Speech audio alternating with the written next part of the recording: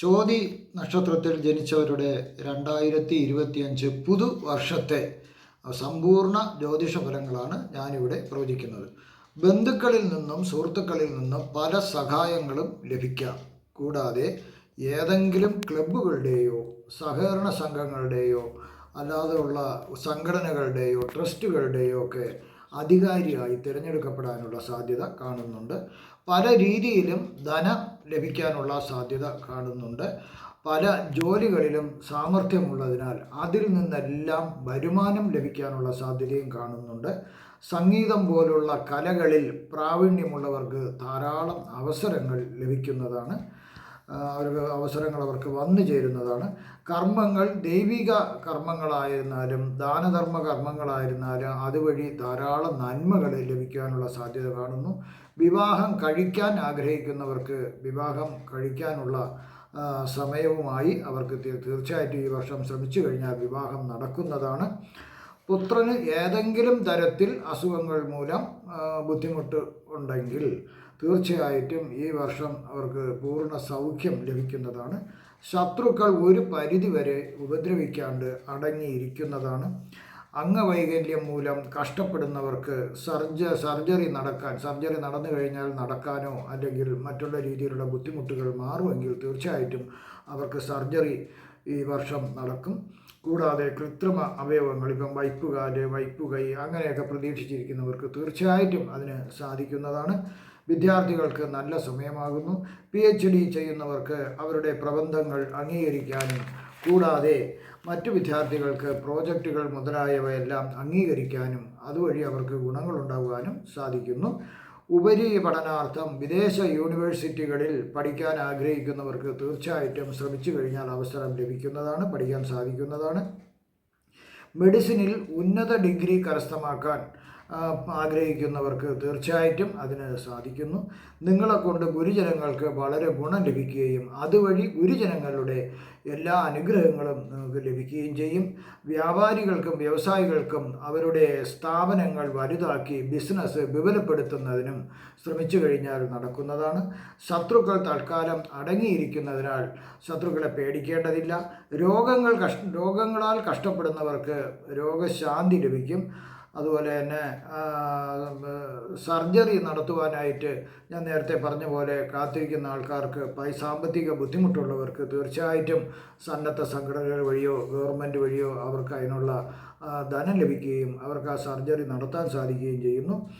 പിന്നെ പ്രൊഫഷണൽ കോഴ്സിന് പഠിക്കുന്ന വിദ്യാർത്ഥികൾക്ക് ഈ വർഷം തന്നെ എന്തെങ്കിലും അരിയർ ഇതിലാക്കെങ്കിലും കിട്ടാനുണ്ടെങ്കിൽ തീർച്ചയായിട്ടും അതെല്ലാം എഴുതിയെടുക്കാനും അവർക്ക് PGക്ക് പഠിക്കുവാനും സാധിക്കുന്നു. ഒന്ന് ശ്രദ്ധിച്ചാൽ ഇനി പറയാൻ പോകുന്ന മോശഫലങ്ങളെ സ്വയം നിങ്ങൾക്ക് ഒഴിവാക്കാവുന്നതേ ഉള്ളൂ. ഉദ്യോഗസ്ഥർക്കും പൊതുപ്രവർത്തകർക്കും സ്ഥാനക്കയറ്റം ലഭിക്കാമെങ്കിലും അതിന് ധാരാളം തടസ്സങ്ങൾ ഉള്ളതായി കാണുന്നു. മുൻകൂട്ടി ആ തടസ്സങ്ങൾ എന്താണെന്ന് നിങ്ങൾ തിരിച്ചറിഞ്ഞ് അതിനെ ബുദ്ധിപൂർവ്വം മാറ്റുക. എല്ലാവരെയും ഏതെങ്കിലും തരത്തിൽ ഉപദ്രവിക്കാതിരിക്കുക. അങ്ങനെ ഉപദ്രവിച്ചാൽ നിങ്ങൾക്ക് പല രീതിയിലുള്ള ബുദ്ധിമുട്ടുകൾ നിങ്ങൾക്ക് വരേണ്ട സാധ്യത നിങ്ങൾക്ക് കാണുന്നു.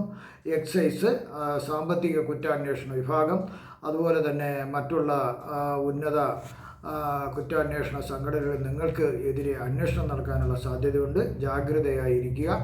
ഒരു കാര്യത്തിലും അകാരണമായ ചിന്തയും ഭയവും അരുത്. അതെല്ലാം മാനസിക പിരിമുറുക്കങ്ങൾ ഉണ്ടാക്കേണ്ട സാധ്യതയുണ്ട്.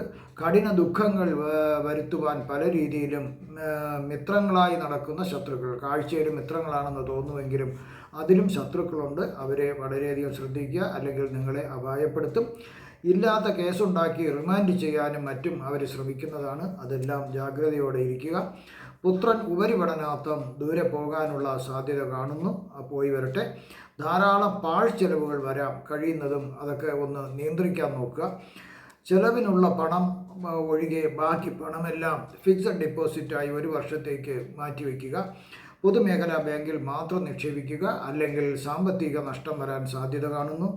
പല വ്യാധികളും വന്നാൽ ആരംഭത്തിൽ തന്നെ അങ്ങനെ എനിക്ക് രോഗമുണ്ട് എന്ന്, എനിക്ക് വയ്യ, അല്ലെങ്കിൽ എന്തെങ്കിലും ശാരീരിക ബുദ്ധിമുട്ടുണ്ടെങ്കിൽ അതുകൊണ്ട് വൈദ്യസഹായം ഉടനെ തേടുക. ഏതെങ്കിലും ഒരു കാര്യത്തിന് വേണ്ടി, അത് ആ കാര്യം സാധിക്കുന്നതിന് വേണ്ടി നിങ്ങൾ പോകുമ്പോൾ അതെല്ലാം രഹസ്യമായി വയ്ക്കുക. ഇത്രയും വിശ്വാസമുള്ളവരെ മാത്രം അറിയിക്കുക. അറിയിക്കാതിരുന്നാലും കുഴപ്പമില്ല. കാരണം അങ്ങനെ അറിയിച്ചു കഴിഞ്ഞാൽ ചതുവ് പറ്റുവാനുള്ള സാധ്യതയുണ്ട്. രഹസ്യ സ്വഭാവമുള്ള കാര്യങ്ങൾ രഹസ്യമായി തന്നെ വയ്ക്കുക. അതൊന്നും പരസ്യമാക്കരുത്. ജീവഹാനി വരെ വരേണ്ട സാധ്യതയുണ്ട്. അതുകൊണ്ടാണ് അത് പറഞ്ഞത്.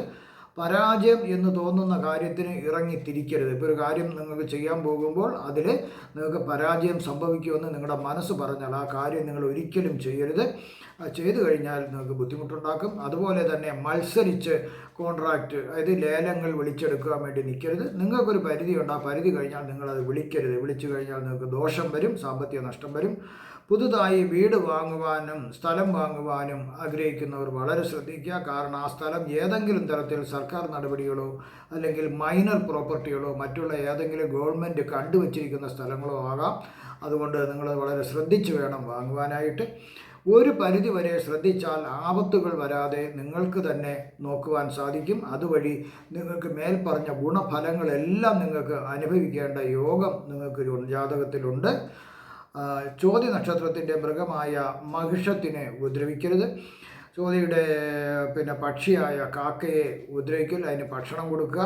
നീർമരുത് എന്ന വൃക്ഷത്തെ വന്ദിക്കുക.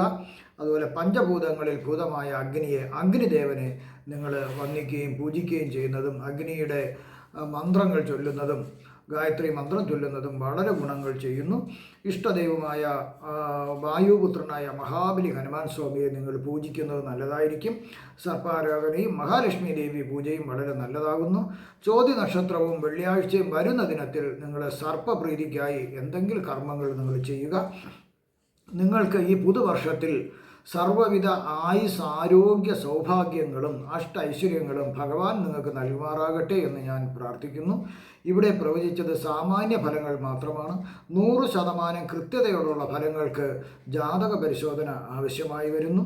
നിങ്ങൾക്കുള്ള പൂജാപരമായതോ വാസ്തുപരമായതോ ജ്യോതിഷപരമായതോ രത്നധാരണത്തിനോ രുദ്രാക്ഷധാരണത്തിനോ ഉള്ള നിങ്ങളുടെ സംശയങ്ങൾക്ക് എൻ്റെ ഫോൺ നമ്പറിലോ വാട്സപ്പിലോ ബന്ധപ്പെടുക. തീർച്ചയായിട്ടും എനിക്കറിയാവുന്ന രീതിയിൽ നിങ്ങൾക്ക് ഞാൻ ഉത്തരം നൽകുന്നതാണ്. നന്ദി, നമസ്കാരം.